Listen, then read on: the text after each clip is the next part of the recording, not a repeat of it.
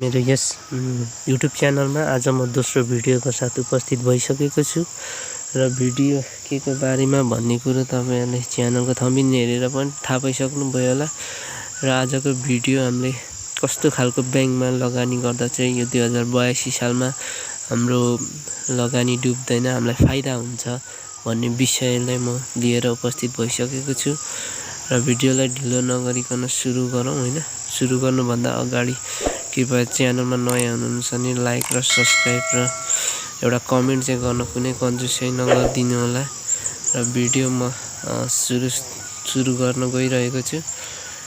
तपाईहरुलाई म यहाँनेरि देखाएको छु। यहाँनेरि एभरेस्ट बैंकको म तपाईहरुलाई देखाएँ। एभरेस्ट बैंकको तपाईले यहाँ सर हेर्नुस् एभरेस्ट बैंकको यहाँ एकदम राम्रो ग्रोथ गरिरहेको छ। नेट प्रॉफिट पनि राम्रो कमाएको छ। तपाईले यहाँनेरि बुक भ्यालु हेर्नुस् अनि त्यसैगरी ईपीएस भइगयो तपाईको यो सर र यहाँदेखि यहाँ हेर्नुस् एनालाइसिस गर्नुस् हैन। ईपीएस 35 एकदम राम्रो रहेको छ। आरओई पनि राम्रो रहेछ। ग्रोथ राम्रो भइरहेछ। प्रॉफिट पनि राम्रो भइरहेछ। बुक भ्यालु 235 एकदम राम्रो रहेको छ। अनि तपाईलाई यसको प्राइस कति हो भन्ने पनि म देखाउँछु तपाईलाई।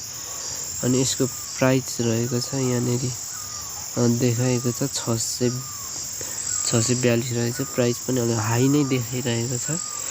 अनि त्यसैगरी म तपाईलाई अब दोस्रो देखाउन गइरहेको छु ग्लोबल आइएमई बैंकको हैन 37% को ग्रोथ रहेको छ। अनि तपाईको 9% को आरओई रहेको छ। अनि त्यसैगरी नेट प्रॉफिट भनेको 16% रहेको छ। यसको प्राइस पनि 234 रहेको छ। त्यसैगरी हामीले अब दोस्रो यसलाई हेर्ने भने लक्ष्मी सनराइज बैंकको यहाँ रहेको छ। यसले पनि ग्रोथ गरिरहेको छ। 2% ले ग्रोथ गरेको छ। 10% को प्रॉफिट कमाएको छ। आरओई 5% रहेको छ। अनि त्यहाँदेखि तपाईको बुक भ्यालु 176 रहेको छ। त्यसैगरी ईपीएस हेर्ने पनि 12 रहेको छ हैन। यसको तपाईले यहाँ देख्नुहुन्छ प्राइस 224 आजको रहेको छ। यो आज यो सबै रिपोर्ट भनेको तपाईको यहाँनेरि म देखाउँछु तपाईलाई। यो सबै रिपोर्ट भनेको 2081-82 को यहाँ टोटली सबैको एउटै हो। 2081-82 को यहाँनेरि 3 क्वार्टरको रिपोर्ट हो। यहाँनेरि देख्नुहुन्छ 3rd क्वार्टरको रिपोर्ट हो। त्यसैगरी म तपाईलाई अर्को बैंक देखाउन गइरहेको छु ग्रोथ राम्रो गर्नेमा। तपाईको यहाँ देखाइरहेछ माछापुच्छ्रे बैंक यहाँ छ। माछापुच्छ्रे बैंकको पनि राम्रो ग्रोथ छ। 28% रहेको छ। तपाईको ईपीएस भनेको 12 रहेको छ। पी रेशियो 8 अनि तपाईको प्रॉफिट 10 अनि बुक भ्यालु 156 रहेको छ। त्यसै नेपाल बैंकको पनि यहाँनेरि नेपाल बैंक पनि राम्रो रहेको छ। ईपीएस एकदम राम्रो देखेको नेपाल बैंकको देखेको छु मैले अहिले सम्म राम्रो ग्रोथ गरेर राम्रो लयमा फर्केको 25% रहेको छ ईपीएस चाहिँ। अनि 10% आरओई अनि 2032% को ग्रोथ गरेको छ हैन यो बैंकले।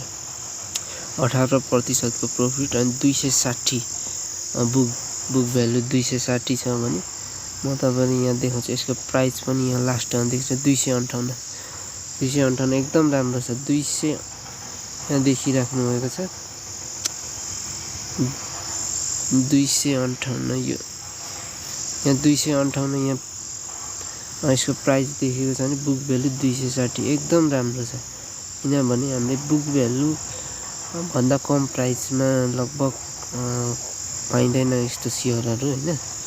किनभने 260 नै बुक भ्यालु छ। 258 प्राइसमा यो अहिले चलिरहेको छ। यो मैले रिपोर्ट गरेको 2082 जेठ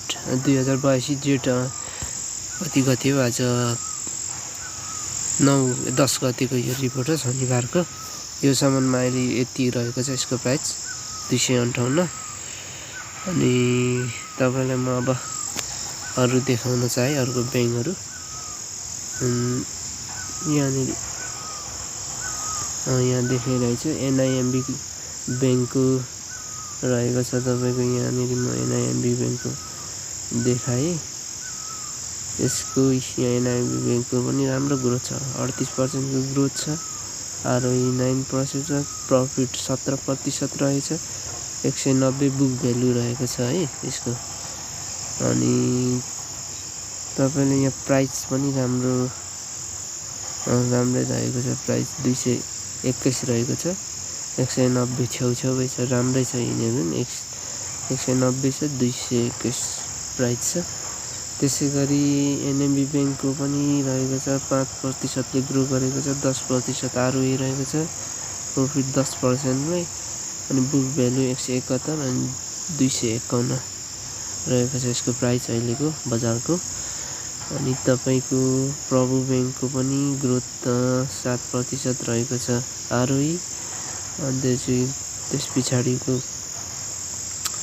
ग्रोथ 3% रहेछ प्रफिट 16 अनि बुक भ्यालु तपाईको 147 रहेछ EPS 19 रहेको छ है अनि तपाईको PE रेशियोहरु पनि एकचोटी एनालाइसिस गर्नुपर्छ PE रेशियो कम भएको अलिक राम्रो हुन्छ EPS ज्यादा भएको तपाईहरुलाई थाहा नै होला धेरैले यो NIMB को 11% को छ भने NMB को अलि धेर छ PE रेशियो त्यसपछि यो प्रभुको 11 रहेको छ अनि त्यसैगरी अब तपाईले म यो प्रभुको प्राइस 215 रहेको छ बुक भ्यालु 147 रहेको छ त्यसैगरी अब अर्को ग्रोथ गरेको ब्याङ्क सानिमाको देखाए 10% को ROE छ 14% ग्रोथ 14% प्रफिट 161 बुक भ्यालु भने तपाईको EPS 19 रहेको छ ROE त्यहाँ पनि देखाएको छ तपाईको यहाँ हेर्नुपर्छ मेन point हैन PE रेशियो भनेको 16.90 अब तपाईको के छ भने हामीले हेर्ने बुक भ्यालु यहाँ बुक ROE हैन अनि बुक भ्यालु अलिक राम्रो हेर्नुपर्छ अनि तपाईको EPS अनि त्यहाँ PE रेशियो यिनीहरु कुराहरु अनि तपाईको यो प्राइसहरु पनि राम्रोसँग हेर्नु पर्दछ तिनीहरु मेन इम्पोर्टेन्ट कुरो हो हैन तपाईलाई म के भन्न चाहे भने जस्तै EPS अनि तपाईको गएर EPS ज्यादा भएको र बुक भ्यालु ज्यादा भएको हामीले हैन ज्यादा हुनेमा EPS र बुक भ्यालु ज्यादा हुने र तपाईको ROE ज्यादा भएको हैन राम्रो मानिन्छ त्यस्तो खालको अनि PE रेशियो यहाँ PE रेशियो कम भएको अनि तपाईको यहाँ प्राइस कम भएको र यिनीहरु यो ROE अनि बुक भ्यालु EPS ज्यादा भएको कम्पनीहरु किन्दा एकदम राम्रो हुन्छ हैन यिनीहरु यस्तो खालको कम र ज्यादा भएको कम्पनीहरु कम्पनी जस्तै जुनै पनि बैंकिङ सेक्टर भयो अरु फाइनान्स सेक्टर भयो लघु बीमा सेक्टरहरु भयो हैन तिनीहरु जीवन कम्पनीहरुको शेयर किन्दा पनि त्यस्तो हेरेर किन्दा यो ROE EPS अनि बुक भ्यालु ज्यादा भएको प्राइस अनि PE रेशियोहरु कम भएको किन्दा राम्रो अनि म तपाईहरुलाई सरसर्ती देखाउन गइरहेको छु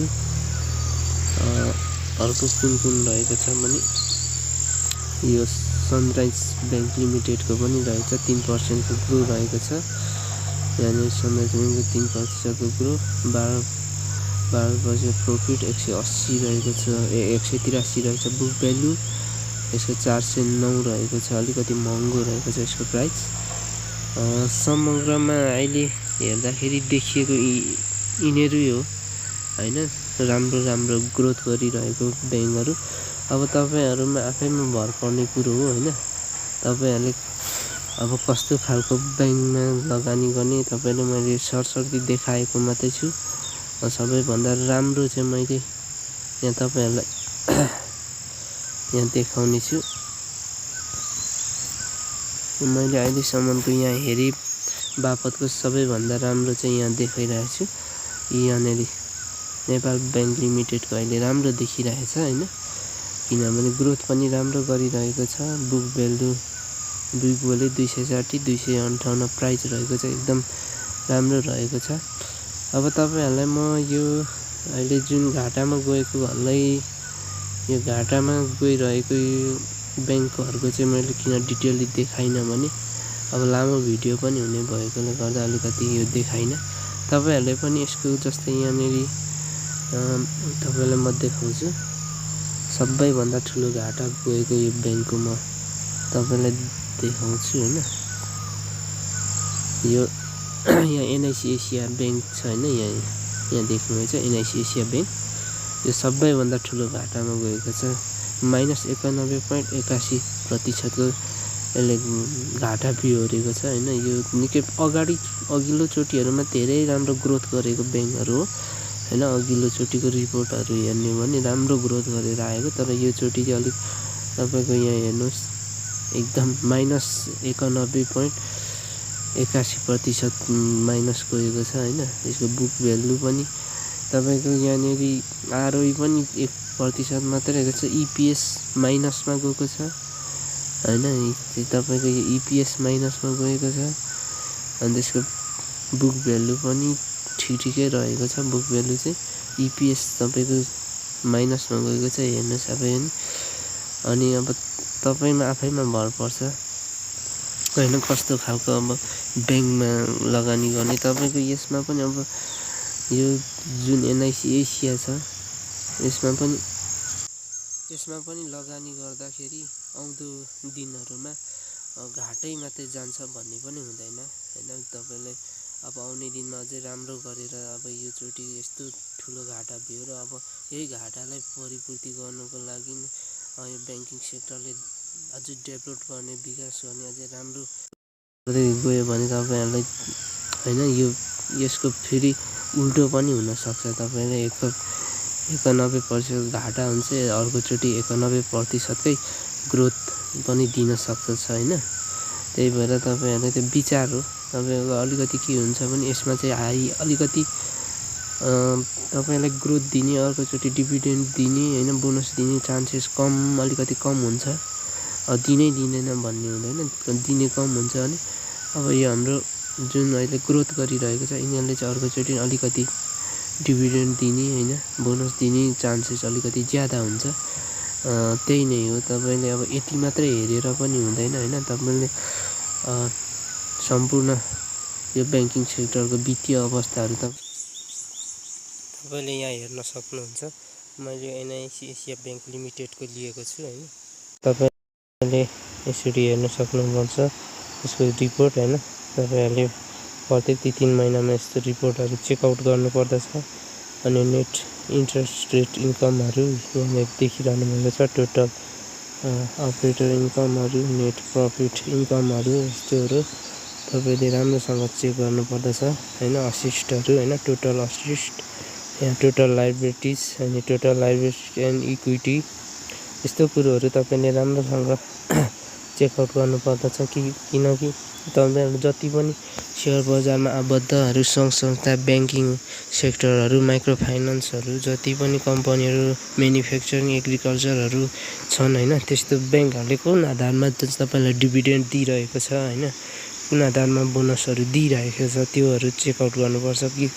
किनकि तपाईलाई हैन अरु सेक्टरहरुबाट, अरु संघ संस्थाहरुबाट, बैंकिङहरुबाट लोन ज्यादा लिएर पो तपाईले त्यस्तो खालको डिभिडेन्ड दिइरहेछ कि बोनस दिइरहेछ कि त्यो पनि हुन सक्छ।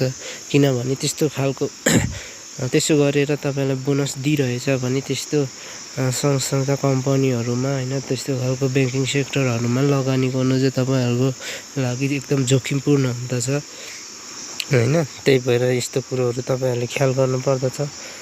यदि अब तपाईहरुले यस्तो खालको balance sheet, profit and loss account यस्तो हुन्छ यहाँनेरि, यस्तो कुरोहरु तपाईलाई हेर्न आउँदैन, यो एनुअल रिपोर्टहरु नै हेर्न आउँदैन भने तपाईहरुले कृपया भिडियोमा कमेन्ट गर्नु होला। म अर्को भिडियोमा यो सम्पूर्ण विस्तृत जानकारी लिएर आउने छु। किनकि यहाँ सबै राख्दाखेरि यो भिडियो एकदम ज्यादा लामो हुने भएकोले यो सबै सिकाउँदा तपाईहरुलाई लामो हुन्छ।